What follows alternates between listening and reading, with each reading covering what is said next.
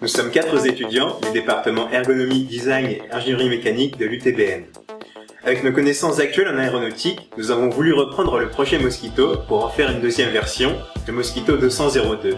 Notre but était à la fois de faire une synthèse sur les travaux existants, soit les études concernant le train d'atterrissage, le berceau moteur, le transport d'hommes d'affaires ou encore le transport de marchandises. Mais avant tout, notre sujet demeurait dans l'amélioration aérodynamique et architecturale de l'avion. Tout ceci dans un délai de 4 mois. En ce qui concerne l'aérodynamique de l'avion, nous avons cherché à réduire son coefficient de traînée, soit à augmenter ses capacités à pénétrer dans l'air, en étant plus respectueux sur des théories aérodynamiques connues, comme le principe de la loi des airs. La traînée sur le Mosquito 01 était principalement induite par la forme particulière de son ventre, des arêtes présentes sur ses ouïes d'aération et de refroidissement, et par le radar placé en haut de sa dérive. Il était donc nécessaire de retravailler ces zones sur le Mosquito 02.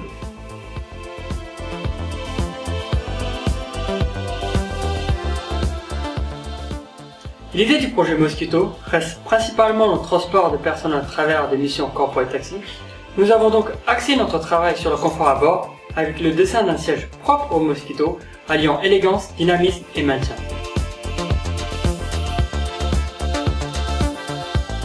La cabine a été pensée entièrement autour du passager et de ses besoins. C'est pourquoi l'accès passager se fait grâce à une porte découpée suffisamment basse pour éviter les mouvements contraignants. Un marchepied est également présent pour aider à atteindre l'aile. La particularité de ce dernier est qu'il est intégré au fuselage, ce qui permet de ne pas avoir de traînée.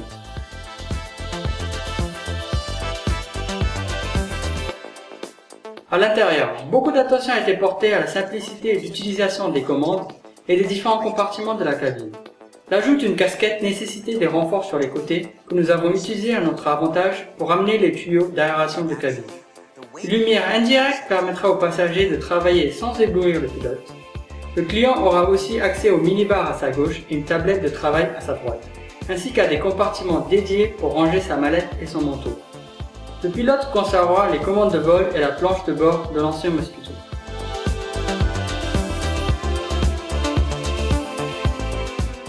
La voilure constitue la partie sustentatrice de l'appareil et ne doit pas être laissée au hasard.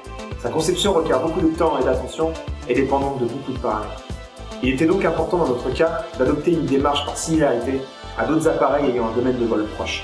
La première étape était la détermination d'un profil d'aile. Sous les conseils d'un professionnel, notre choix s'est tourné vers un profil laminaire NACA, un 63-26-15.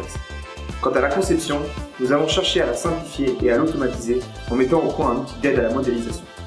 Le tableur calcule alors les coordonnées des points à l'encanture et en bout d'aile en fonction du profil et des caractéristiques de la voilure, comme le dièdre, le brillage, la flèche ou encore l'effilement, pour les injecter dans le cutter.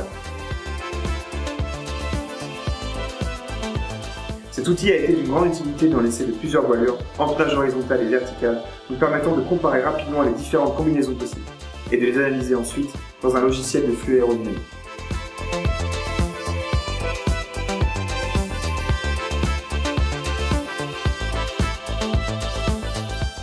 Pour respecter certaines contraintes aérodynamiques et pour intégrer au mieux possible les trains d'atterrissage, nous avons été contraints de remodeler tout l'extérieur de l'appareil. Cependant, nous tenions à conserver l'identité du Mosquito. Par exemple, à l'avant, les ouïes sont caractéristiques et il est important de conserver quelque chose dans le même esprit pour le nouveau-né de l'appareil, avec une petite entrée d'air et une forme assez bombée pour optimiser le refroidissement du moteur. Les autres modifications concernent la partie avant en général, qu'il faut agrandir et allonger afin de pouvoir loger à la fois le moteur et le train d'atterrissage avant.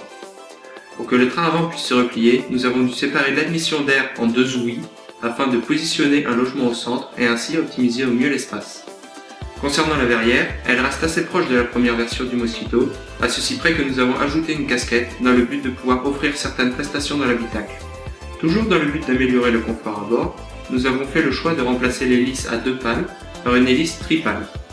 Ceci dans le but d'améliorer les vibrations. Malgré tous ces changements effectués, nous sommes restés très attentifs au style général et à l'équilibre de l'avion pour que le Mosquito garde une identité forte. Le coefficient aérodynamique du Mosquito a été divisé par 3 pour atteindre la valeur de 0,05. soit une valeur approchant les performances aérodynamiques de certains avions du marché. Ces valeurs peuvent être remises en cause du fait de notre non-expertise dans la simulation numérique de fluides, seulement les conditions et limites appliquées ont été les mêmes sur le Mosquito 1 et le Mosquito 2. Nous sommes donc sûrs que la marge de progression est bien existante.